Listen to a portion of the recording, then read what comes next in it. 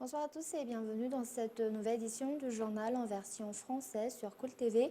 Nous nous excusons également pour ce retard. À la une aujourd'hui, les députés issus du groupe Isikari Chamirakami Andradzwil sont majoritaires à l'Assemblée nationale selon les résultats officiels de l'élection législative annoncée aujourd'hui par la Haute Cour constitutionnelle. Et d'autre part, les tribunaux vont se charger de trancher concernant les candidats élus qui ont un procès en cours. Reportage de Mien Taranjanev. Les députés portant les couleurs du IRD ou Isikari Chamirakami Andradzwil seront majoritaires à la Chambre basse d'après les résultats officiels de l'élection législative proclamée aujourd'hui par la Haute Cour constitutionnelle. L'Assemblée nationale sera ainsi composée de 84 IRD, 16 teams et 46 indépendants. Des voix ont été annulées, c'est le cas par exemple d'une partie de celle du district d'Anna-Lalav, d'Ampani à Mbouch. Toutefois, cela n'a aucun impact sur le résultat général. D'autre part, certaines plaintes reçues ont été déférées auprès des tribunaux selon les explications du président de la Haute Cour constitutionnelle. La HCC a renforcé que c'est au tribunal de trancher concernant les candidats élus qui ont un procès en cours. C'est le cas par exemple du député de Fandine et de celui de Mahab. C'est les tribunaux qui vont juger ces députés. Ce n'est pas de notre rôle de prononcer un verdict sur ces affaires. Il faut souligner que toutes les affaires qui entrent à l'élection de ces députés ne sont pas incluses dans l'immunité parlementaire. Cette immunité ne s'applique qu'au cours du mandat des députés.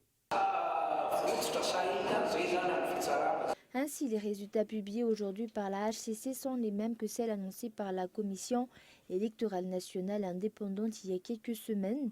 Plusieurs anciens ministres ont été élus députés. Pour rappel, le mandat des membres de la Chambre basse est de 5 ans. Et actualité économique, les financements fournis par la Banque africaine de développement pour Madagascar ont donné des résultats concrets et satisfaisants. C'est au Carlton Annous que la deuxième consultation en vue de la 15e reconstitution des ressources du Fonds africain de développement a débuté officiellement ce jour. Les détails dans ce reportage. Depuis 1977, la Banque africaine de développement a accordé 1,9 milliard de dollars pour le développement de Madagascar, dont 1,170 milliards de dollars du Fonds africain de développement ou FAD. Le portefeuille actuel s'élève à près de 366 millions de dollars. De nombreux projets jusqu'à ce jour ont été financés par la Banque africaine de développement par le biais du FAD. Le président de la BAD a réaffirmé aujourd'hui être satisfait des résultats concrets obtenus de ces financements. Excellences, Mesdames et Messieurs,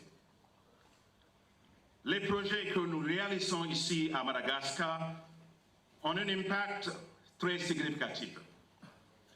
Citons l'exemple du projet de centrale électrique de Saofika qui permettra d'accroître la production d'électricité de 192 MW avec la possibilité d'atteindre 300 MW. Une fois achevé, il réduira le prix de l'électricité de 500%. Le faisant passer de 25 centimes de kilowattheure à seulement 5 centimes de kilowattheure.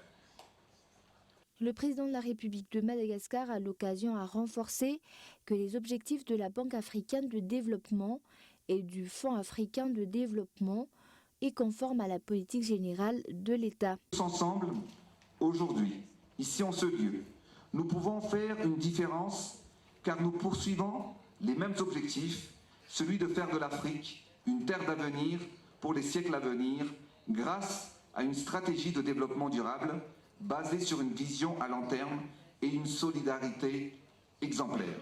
C'est avec la plus grande attention que j'ai pris connaissance des 5 priorités de la BAD.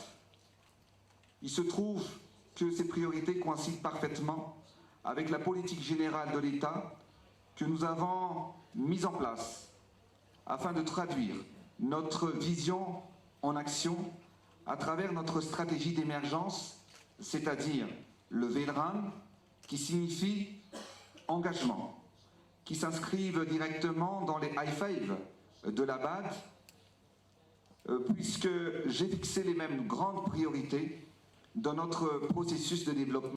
La deuxième consultation en vue de la 15e reconstitution des ressources du Fonds africain de développement a débuté officiellement ce jour et prendra fin demain.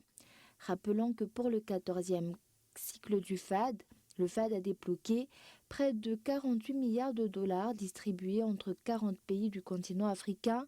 Cela a permis de fournir l'électricité à 7,1 millions de personnes, de permettre à 42 millions de personnes de bénéficier d'investissements dans l'agriculture et de desservir 7,5 millions de personnes en eau potable.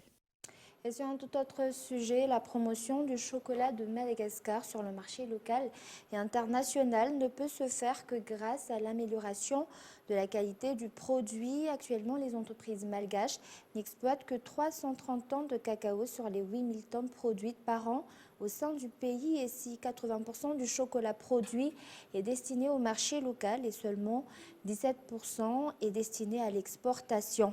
Le ministère de l'Industrie a de ce fait annoncé qu'il est prêt à soutenir la filière chocolat afin d'augmenter la production et la qualité du chocolat malgache et à protéger les entreprises de production. Dans cet axe, il compte mettre en place une mesure de sauvegarde de l'industrie. Mais également dans l'actualité de ce jour, le taux d'intérêt du prêt obtenu à partir du projet FIARIN varie entre 5 à 9,75% et le remboursement doit se faire en 3 ans, a expliqué un responsable au niveau de ce projet. Ce dernier qui a souligné que la démarche administrative pour pouvoir bénéficier de ce prêt a été facilitée. Reportage de Gaëtan Indjianslav. Beaucoup se plaignent des difficultés administratives rencontrées pour pouvoir bénéficier du prêt prévu par le projet FIARIN mis en place par l'État. Des mesures ont donc été prises pour simplifier la procédure. D'autre part, les documents à remplir ne peuvent être pris en charge que par les 24 chambres du commerce et de l'industrie, éparpillées dans tout Madagascar et par les membres de ces entités, 6 dans le district ou la région où est situé le demandeur. Outre cela, beaucoup s'interrogent également sur le taux d'intérêt à payer. Pour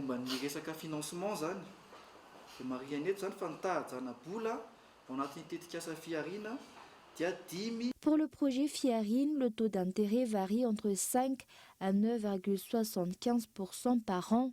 Ainsi, le taux d'intérêt varie de 5 à 9,75% par an et le remboursement est prévu se faire en 3 ans. En moyenne, le remboursement doit se faire en 36 mois, soit 3 ans, et nous ne travaillons qu'avec 2 banques, la BNI et la BOA.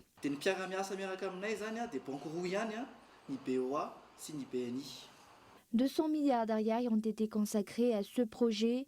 Chaque demandeur peut ainsi se voir accorder entre 1 à 200 millions d'ariary en fonction de son projet. Et actualité sociale avant de passer aux actualités internationales. Aujourd'hui, de nouveaux équipements ont été offerts officiellement en guise de dons aux membres de la brigade féminine de proximité de Tsar Alalan, des ordinateurs, des téléphones, des chaises, des motos et autres remis par la première dame Mial Radziwill et des représentants de l'UNFPA. La première dame qui, rappelant, a été nommée ambassadrice de la lutte contre la violence basée sur le genre. Outre cette remise de dons, la formation destinée à 42 membres de la brigade féminine de proximité a débuté officiellement ce jour. Et nous passons maintenant aux actualités internationales. Le calme est revenu mardi matin à Hong Kong après l'intervention de la police dans la nuit pour évacuer des manifestants qui s'étaient introduits par la force dans le Parlement local. Reportage de Roland. Grenade après grenade, la police hongkongaise inonde les manifestants de gaz lacrymogène, avant d'avancer, puis de pénétrer dans les locaux du Parlement pour en reprendre le contrôle. Depuis plusieurs heures, des manifestants pro-démocratie occupaient l'hémicycle. Ils ont quitté le bâtiment avant l'assaut des forces de l'ordre. Peu après, la chef de l'exécutif, Carrie Lam, a dénoncé les violences des manifestants. Rien n'est plus important que l'état de droit à Hong Kong. Donc j'espère que la communauté dans son ensemble sera d'accord avec nous pour condamner cette violence et pour espérer un retour à la normale de notre société.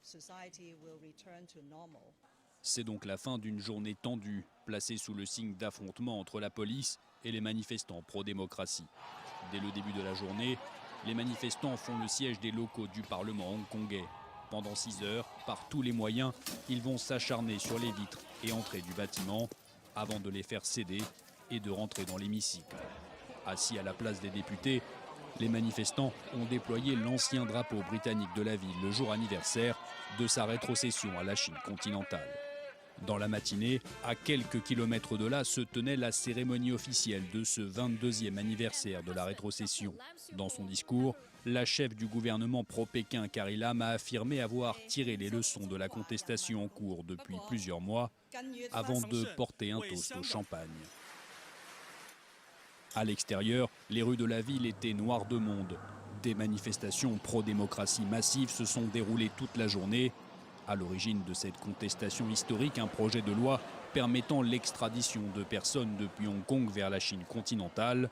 Le projet de loi a été suspendu, mais les manifestants réclament son abandon. Et réunis à Bruxelles depuis dimanche, les dirigeants européens n'ont pas réussi à surmonter leur dissension pour la résignation des futurs responsables de l'Union. Les 28 reprennent les négociations ce mardi. Reportage. Les 28 vont-ils enfin s'entendre sur les noms des futurs dirigeants européens? À Bruxelles s'ouvre ce mardi un deuxième jour de sommet. Des prolongations après une première rencontre de près de 20 heures la veille, sans aucun accord trouvé.